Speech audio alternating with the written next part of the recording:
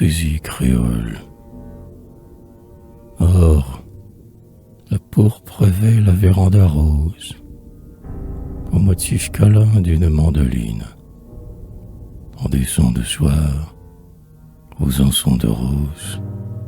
Or, la pourpre rêvait la véranda rose, parmi les odeurs des vases d'Égypte, se fanant bleu sous les zéphyrs tristes, des plants odorants qui trouvent leur crypte parmi les odeurs des vases d'Égypte. La musique embaume et l'oiseau s'en grise, les cieux ont mené leurs valses astrales, de tendresse passe au bras de la brise.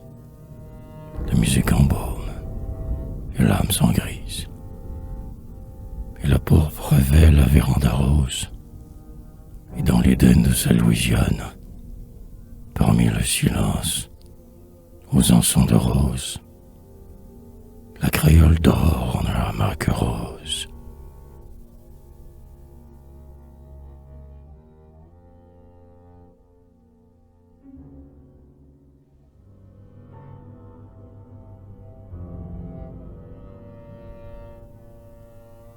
Les balsamines,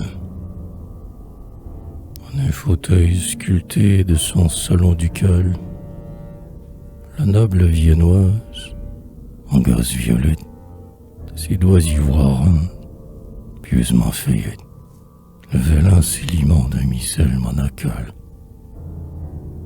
En sa mémoire évoque, en rêve musical, ce pauvre guitariste aux yeux sa reflète, le pur amour de l'art, qui, près de tablette, venait causer, humant des fleurs dans un bocal. La lampe au soir vacille, le vieux saxe sonne. Son livre d'heures épars, madame qui frissonne, regagne le grand lit d'argent digne des rois. Des pleurs Moïse Cécile. Au fier blason des portes, quand l'aube eut reflambé, sur le tapis hongrois, le missel révélait des balsamines mortes.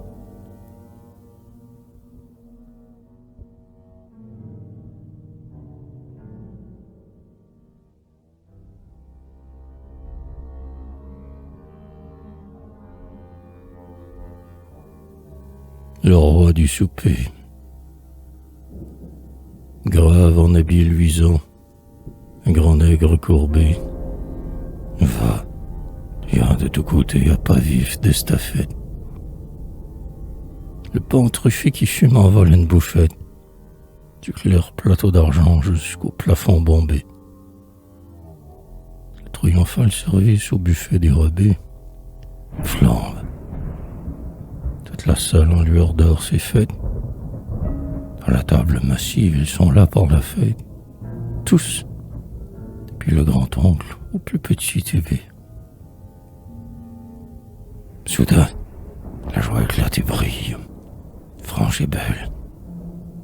Le dernier-né, Bambin qui souvent se rebelle, se pose sur la nappe où fleurit main détail. On applaudit, son beau pas mais s'en tient les hanches. Cependant que, voilant son chef sous l'éventail, grand-mère essuie un peu ses deux paupières blanches.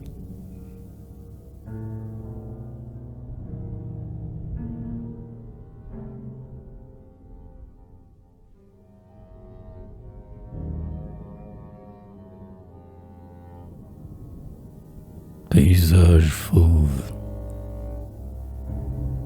Les arbres comme autant de vieillards achétiques, flanqués vers l'horizon sur les escarpements, tordent de désespoir leurs torses fantastiques, ainsi que des damnés sous le fouet des tourments. C'est l'hiver, c'est la mort, sur les neiges arctiques, vers le bûcher qui flambe au lointain campement.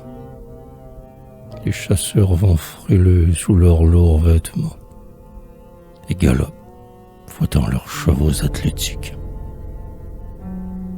La bise hurle. Il grêle. Il fait nuit.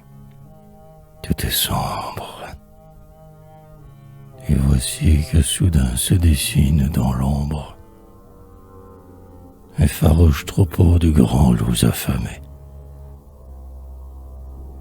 Ils bondissent, et sein de fauves multitudes, et la brutale horreur de leurs yeux enflammés allume de points d'or les blanches solitudes.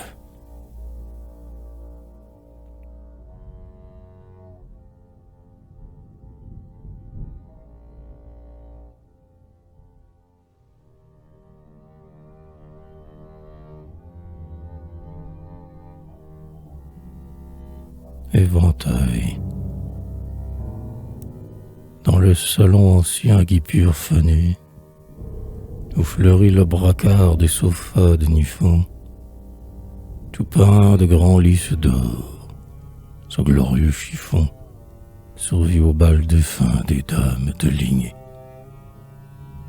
Mais, au deuil triomphal, l'autruche surannée s'effrange sous les pieds de bronze d'un griffon, dans le salon ancien guipure fané, où fleurit le brocart des sofas de Niphon. Parfois, quand l'heure vibre en sa ronde effrénée, l'éventail tout à coup revit un vieux frisson, tellement qu'on croirait qu'il évente au soupçon des doigts mystérieux d'une morte émanée. Dans le salon ancien à guipure fané.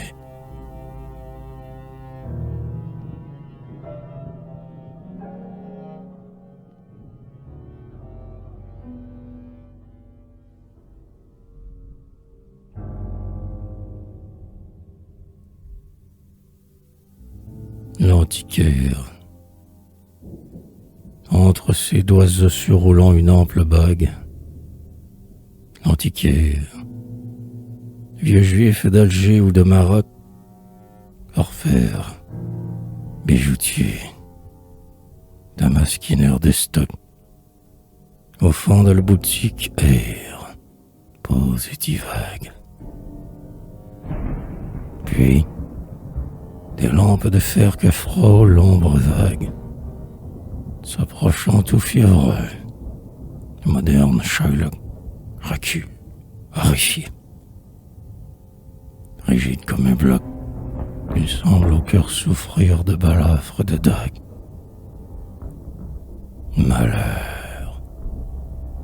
Ce vieil artiste a trop tard constaté que l'anneau Louis XIV a fou prix acheté et qu'un bibelot vil aurait l'infâme fraude. C'est pourquoi, sous le flot des lustres miroitants, l'horrible et fauve jette de son œil filtré rôde dans la morne pourpreur des rubis éclatants.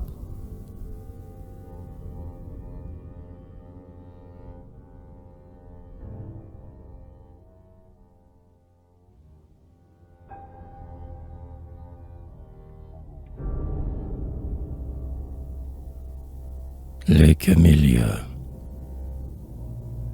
Dans le boudoir tendu de choses de Malines, tout est désert ce soir.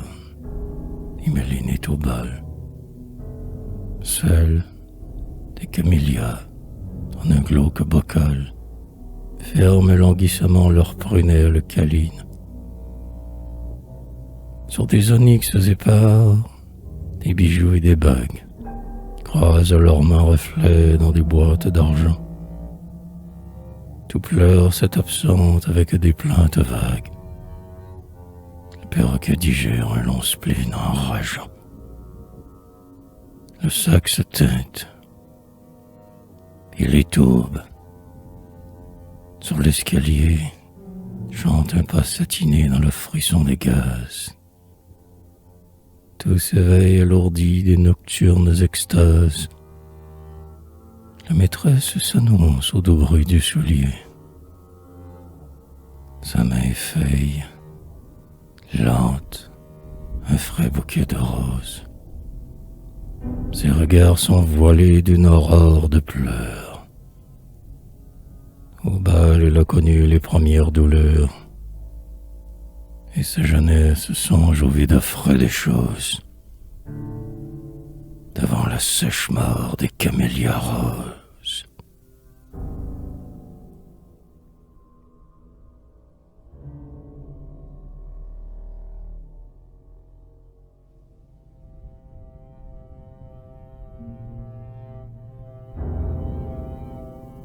Le saxe de famille.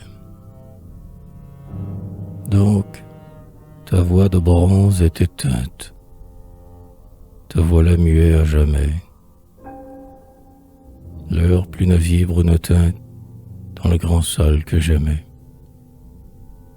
où je venais, après l'étude, fumer le soir, rythmant des vers, où l'abri du monde pérère, éternisant ma solitude.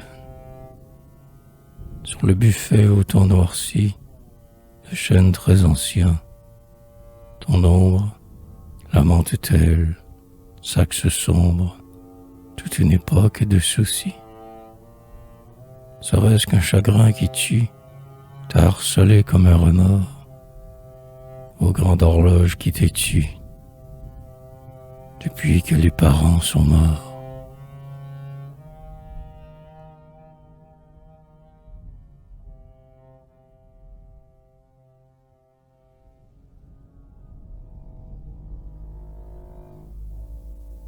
Le soulier de la morte. Ce frêle soulier gris et or, aux boucles de soie embaumées, tel un mystérieux camée, entre mes mains, ce soir, il dort. Tout à l'heure je le trouvai, gisant au fond d'une commode, petit soulier d'ancienne mode, soulier du souvenir. Avait, depuis qu'elle s'en est allée, menée aux marches de Chopin, dormir pour jamais sous ce pain, dans la froide et funèbre allée. Je suis resté toute l'année, broyé sous un fardeau de fer, vivre ainsi qu'en un enfer, comme une pauvre âme damnée. Et maintenant, cœur plein de noir, cette vigile de décembre, je le trouve au fond de ma chambre, soulier que son pied laisse choir. Celui-là seul me fut laissé, l'autre est sans doute chez les anges. Et moi je cours pieds nus la fange, mon âme est un soulier percé.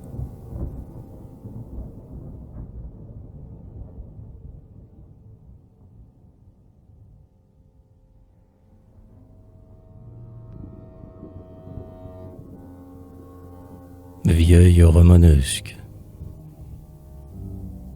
Près de ses pots de fleurs, à l'abri des frimas, assise à la fenêtre, et serrant autour d'elle son châle japonais, Mademoiselle Adèle, comme vint en savour un roman de Dumas. Tout son boudoir divague en bizarrement, cloître d'ancienneté, tel le modèle. Là s'incruste à l'émail de son culte fidèle. Vase, onyx, portrait, livre de tout format. Sur les coussins épars, un vieux matou de Perse ronronne cependant que la vieille disperse au feuillage jaunissant les ennuis de son cœur. Mais elle ne voit pas, en son rêve attendri, dans la rue, se passant au visage moqueur, joueur glorieux d'orgue de barbarie.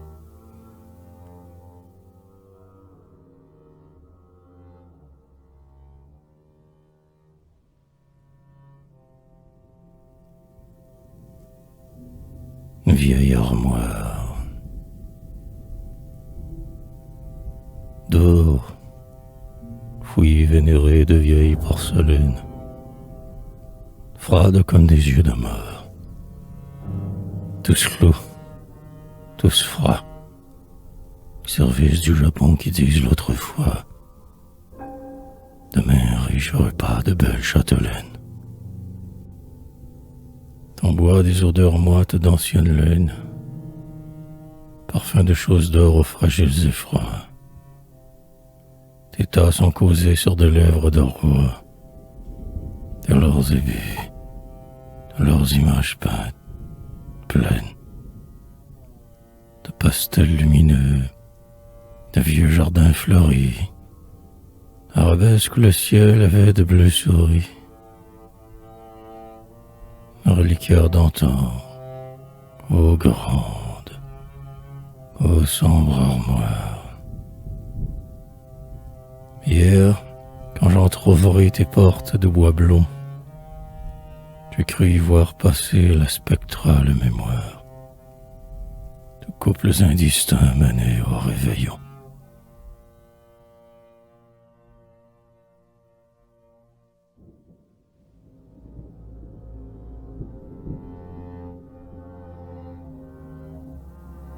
Potiche, c'est un vase d'Égypte à riche ciselure, où sont peints des sphinx bleus et des lions ambrés. De profil on y voit, souple, les reins cambrés, une immobilisée se tordant sa chevelure. Flambante, des nœuds d'or se glissent sans voilure, sur une eau d'argent plane au ton de ciel marbré. C'est un vase d'Égypte à riche ciselure, où sont peints mes sphinx bleus et des lions ambrés. Mon âme est un potiche où pleurent, dédorés, de vieux espoirs mal peints sur sa fausse moulure. Aussi j'en souffre en moi comme d'une brûlure. Le bientôt les aura tous sabrés, car ma vie est un vase à pauvre ciselure.